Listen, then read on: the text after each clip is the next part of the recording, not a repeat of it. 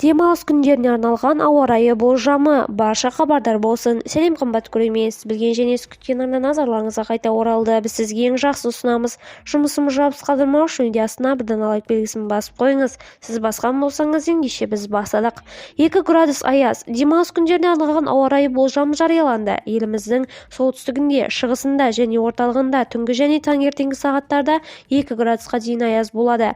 Қазгидромет 23-25 қыркүйекке арналған ауа райы болжамын жариялады деп хабарлады Түркістан kz. Синоптиктердің болжамы бойынша батыста, оңтүстікте, Ақтөбе облысында және Ұлытау облысында ауа райы жауын-шашынсыз болады. Солтүстік өңірлерде Қарағанды облысында жаңбыр жауады.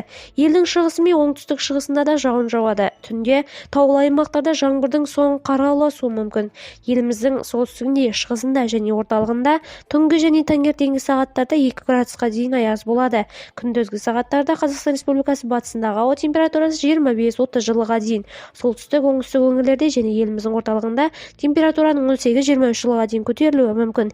Республиканың шығысында температура 7-13 градусқа дейін төмендейді. Көбірек адам хабардар болу үшін видеоролигімізді достарыңызға жіберуді және де лайк басуды ұмытпаңыз қымбат көрермен. Себебі жақсылықты тарату, оны жасаумен тең. Сау, сәлемет болыңыздар.